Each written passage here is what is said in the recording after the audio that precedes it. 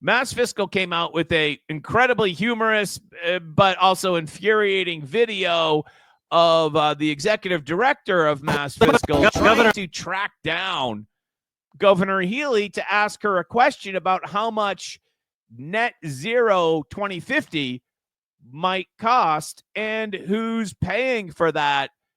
Let's take a listen. How much will the net zero by 2050 mandate cost and who's going to pay for it? Governor, how much will net zero by 2050 cost and who's going to pay for it? How much will the net zero by 2050 mandate cost and who's going to pay for it? Governor, quick question about energy issues. How much will net zero by 2050 cost and who's going to pay for it? She wants her pizza. Governor, simple question. I was trying to ask the governor all day. She was avoiding me, dodging me, ducking, everything. How much will the mandate go? So he never gets Maura to answer the question. So instead he settles for State Senator Michael Barrett. When net zero by 2050 costs. Who's actually the chairman nut, climate nut of the Utilities and Energy. He's the vice chair. Senate committee. So the Craney finds somebody actually with significant influence on this policy in Massachusetts. And who's going to pay for it?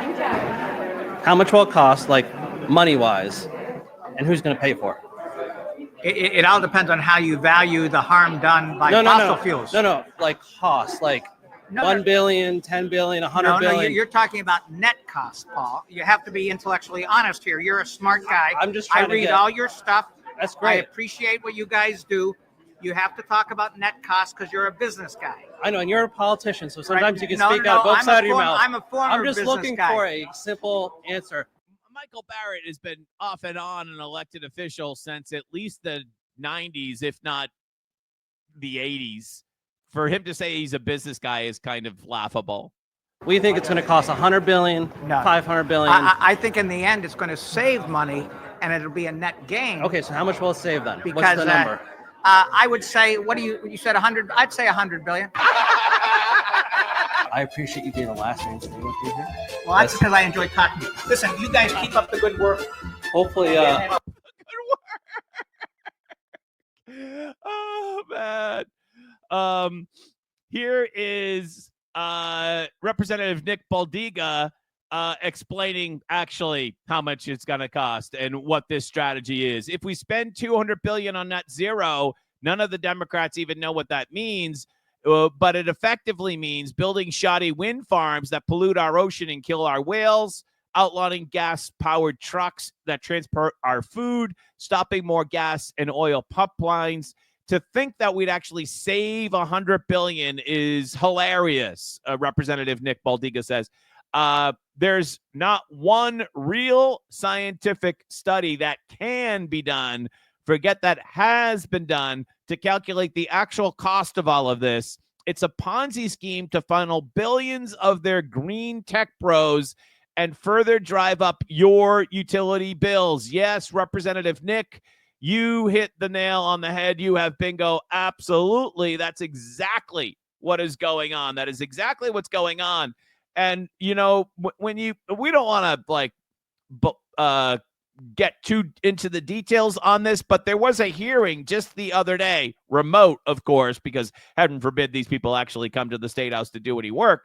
There was a hearing the other day, and State Senator Cindy Cream actually basically said that we're going to try to get rid of natural gas. Now, they don't actually just come out and say that, because they couch it in like all this type of political language that makes everything sound so super reasonable. Mayor Wu is actually a master at that. Mayor Wu is a master at, and Governor Healey is very good, but I actually think Mayor Wu is bad. Mayor Wu is has achieved mastery of saying things that are incredibly radical, but wrapping it up in a word salad package that makes it sound so harmless. And then you actually digest what she just said, and you're like, holy, I can't believe she just said that. And that's why she is where she is, because Mayor Wu's incredibly eloquent for the radical cause, Governor Healey as well. Here's Cindy Cream, who's not nearly as eloquent, but delivers in this meeting, this virtual meeting. I love how our husband or whoever it is in the background at the fridge. Take a listen. As an 82% reduction from 1990 levels by 2030. Also relevant are sublimits for residential heating and cooling and commercial and industrial heating and cooling. There is simply no way for Massachusetts to achieve reductions without shrinking the footprints of gas distribution system. There is no way, getting back to Representative Boldiga's post and Mass Fiscal's post, there is no way for us to hit the 2050 net zero goal without cutting back our natural gas consumption. Not keeping it steady, but cutting it back. The problem with that, of course, is natural gas is what a lot of people use to heat their homes. And it's also one of the most dependable suppliers of electricity throughout the country, if not the world, but definitely in our country. And she says that we cannot meet our natural gas goals or our climate goals unless we cut back our usage of natural gas. So it's not like they just want to cap it where it is. They want to reduce it. And shifting customers to alternative sources of heating, such as air source heat pumps or network geothermal. Network geothermal, which I'm pretty sure one of those network geothermal pilot projects up in the Merrimack Valley just got canceled. The hope was that the climate compliance plans would represent a detailed roadmap describing how each gas company would transition sufficient numbers of customers to clean heat between now and 2030 to achieve the required emission reductions. I'm grateful for the plans that were filed and the insights they provide about gas transition. I'm eager to hear more about these plans.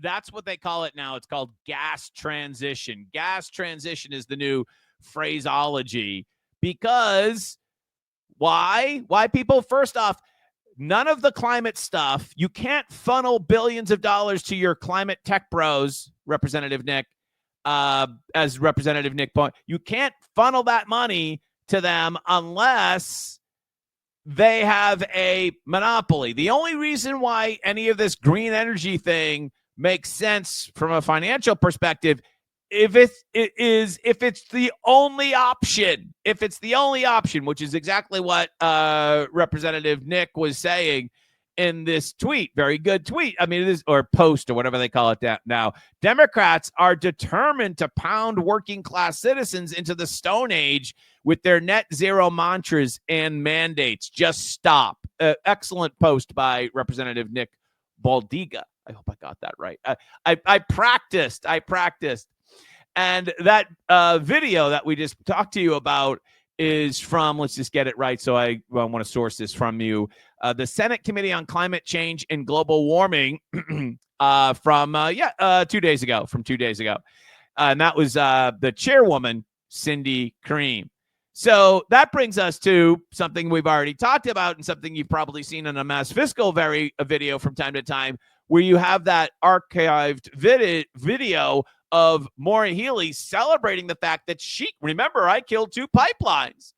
Well, in the Herald today, they ran an opinion piece by Jessica Toohey talking about the fact that we have plenty of natural gas just over a couple of states away, but Pennsylvania natural gas suppliers have 2 logistical problems getting their product to New England, New York, and Massachusetts.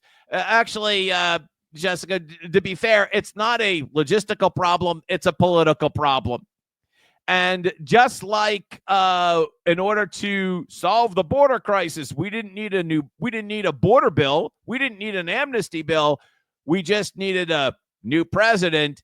And in order to solve our energy crisis, we don't need green energy bill. We just need a new governor. We have to divorce ourselves from this climate religion.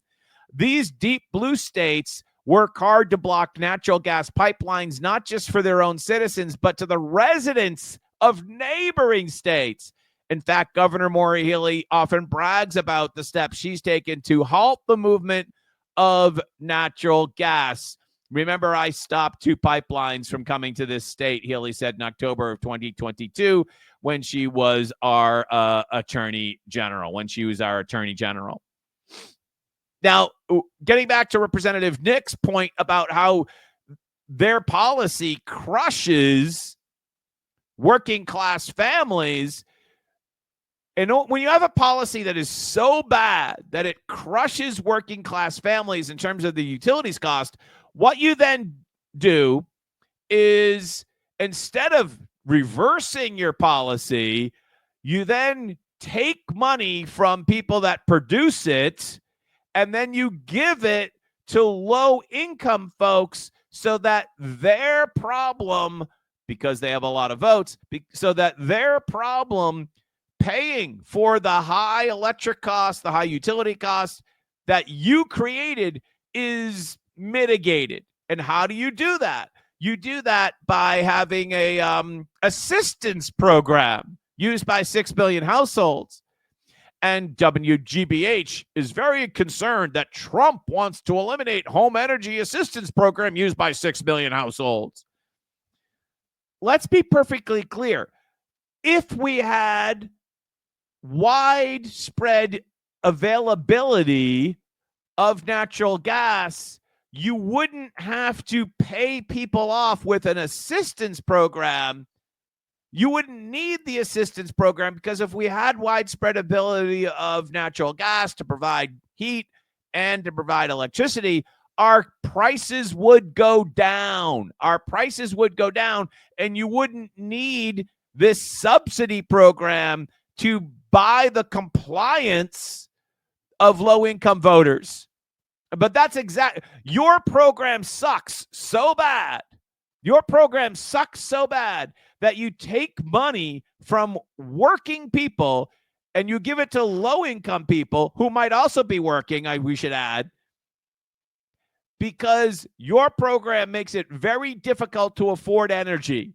And instead of admitting that and changing the policy, instead you suck government dollars and send it to low-income folks so that they're not upset at you when it's time to vote.